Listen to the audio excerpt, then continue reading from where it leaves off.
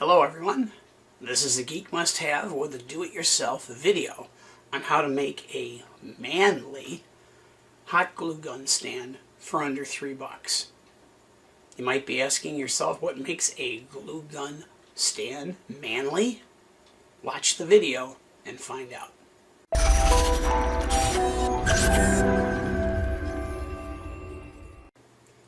In one of my projects, and I'll have a link in the description below, it was putting together a cell phone tripod adapter for a couple of bucks out of popsicle sticks.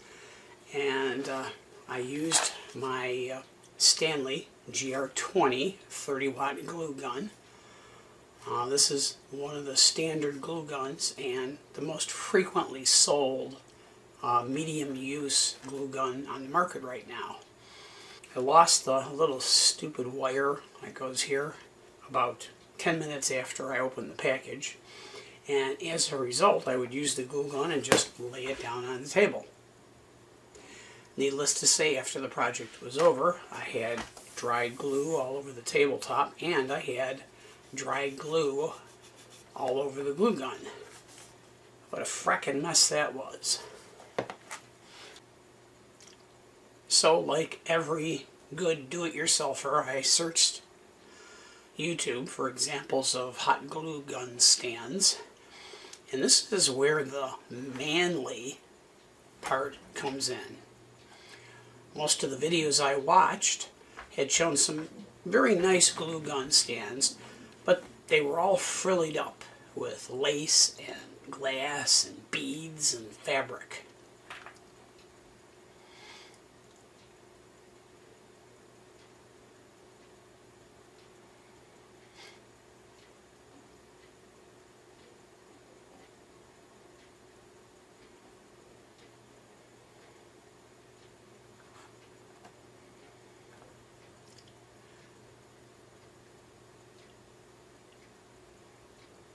I wanted something that was simple and utilitarian. Didn't have to be pretty. It's a glue gun holder, not a fancy painting or a piece of fine furniture. My requirements for a hot glue gun stand were simple. I wanted it to be cheap. I wanted it to be in small size because I don't have a whole lot of desktop space available.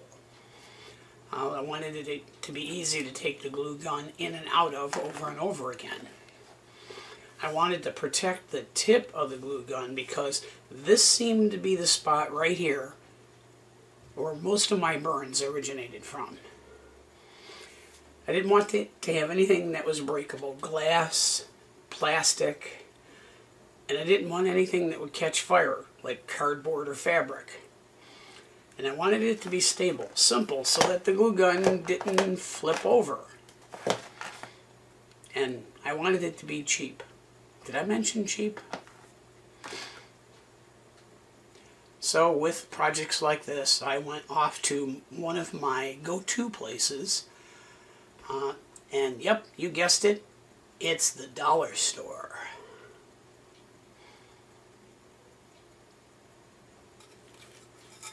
I got a couple of these small metal black trash cans.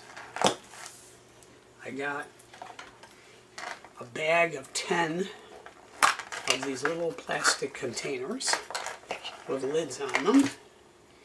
And I got a sheet of these adhesive rubber feet. Peel them off and stick them on things.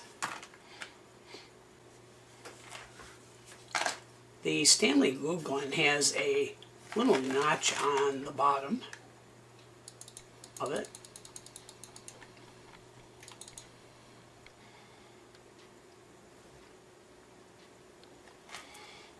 See, a little notch on the bottom of it that I wanted to take advantage of to be able to hold the glue gun in place.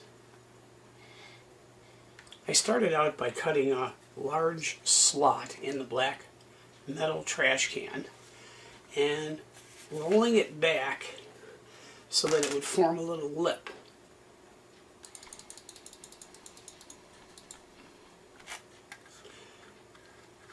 and that lip corresponded to the notch on the glue gun. I also put some black tape over the cut edges of the slot because they were really, really sharp. I took one of the small little plastic containers and cut a notch in it.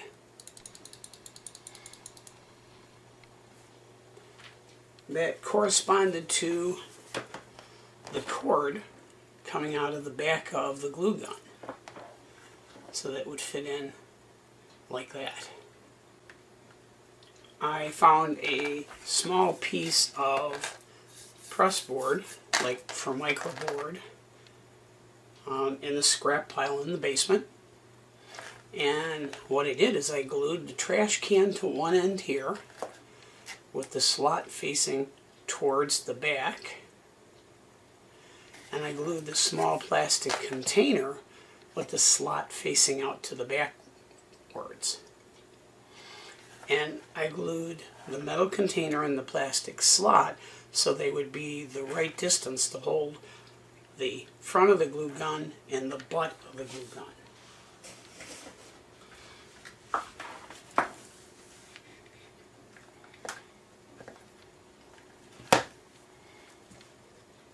Like so.